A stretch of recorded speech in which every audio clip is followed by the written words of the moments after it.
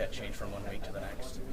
It's not too hard of a change. I mean, you got to be able to switch. 1 week's going to be spread, 1 week's going to be power, 1 week's going to be something else.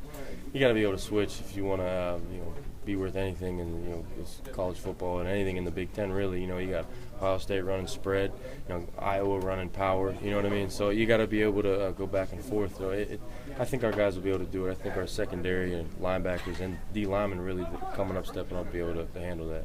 I know last year was your first time as a full-time starter, but I went back to 2012, it was like 9 in a row now. Games decided by 7 points or fewer that UW just lost.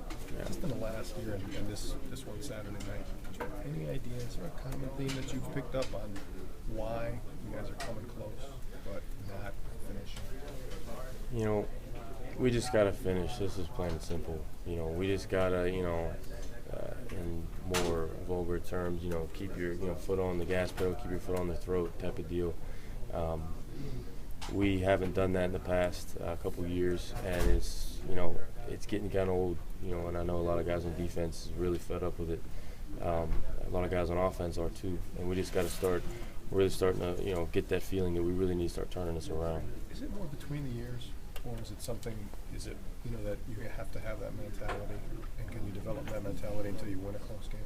I think you can. I think it's both. I think you can develop it, and I think it is. I think it's all a mental game. There are teams that can come out and just ragdoll you and beat you. But there are other guys you stick close, and if you just keep finishing, keep powering through, that you can come out on top in the end. Do you remember the last game that was won by Wisconsin that was 7 points or fewer? You know who the head coach was for the other team? Who was that? Gary. Yeah. Utah State. Yeah. Okay, yeah. I remember that game now. Yeah, that's true. Shoot. Do some guys, when up 24/7, or you think, you can, the margin for error, is greater. You can afford maybe one ball over the top, and then offense will get it back the way things are going. Is that the way it felt for Saturday night? I wouldn't say necessarily that. I mean, stuff's going to happen in the game to where you can't, dwell on a bad thing happening. Yes, if they score a touchdown, all right, yeah, we'll keep our head down. We'll keep doing what we do. Things happen in the game. They're going to score. They're a good team. We didn't expect to shut them out. Right. So, but another thing is, you got to keep. You can't just let up things like that. You have to keep your head down. You have to keep digging the entire way. Keep playing the same way. You got to keep level-headed. You can't be too high or too low on yourself. Gary said they had you for 10 tackles, 10 assists, so 20 tackles, and you were a guy that he picked out even back at Big Ten Media Day as being a potential leader of this defense. How good does it feel to you to come out with those kind of numbers in your first game in that role? Individually, it's a good feeling, but overall, I'm not satisfied. We lost the game. Even if we won the game, I still wouldn't be as satisfied as people think I would be. It's sure, that's a great individual feat for me. That's awesome, but we still got a lot of work to do on defense. We still got a lot of things that we can work on, can accomplish. There's still a lot of season left to play. The challenge of going from a game that's hyped like a bowl game to now a stretch of games that might seem same old.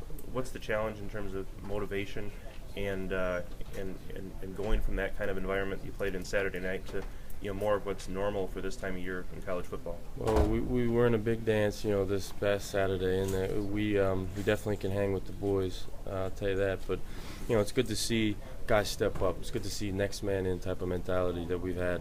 Although we had a few get away from us, play-wise, and scoring touchdowns and cost us the game a bit, but we definitely showed that we can hang with some of the best in the country. And moving on from that, we got the whole rest of the season. We have a lot to look forward to. So. You had a couple young guys that had their ups and downs around you in the defensive secondary. As a leader, how do you work with them to, kind of put that game behind them and just get better because of it? You got to keep them level-headed. You got to keep encouraging them. A lot of the young guys played really well, really, really well, like light years ahead of what other people were, including myself, and that's what I'm taking. Use me as an example. You're way better than I was at this point, so just think of that as some encouragement. And as far as getting back on the practice field, how eager are you to put everything from the weekend behind you and get ready for the rest of the season? Yeah, I'm extremely eager. I'm ready to get week 2 started. Thank you. Good luck.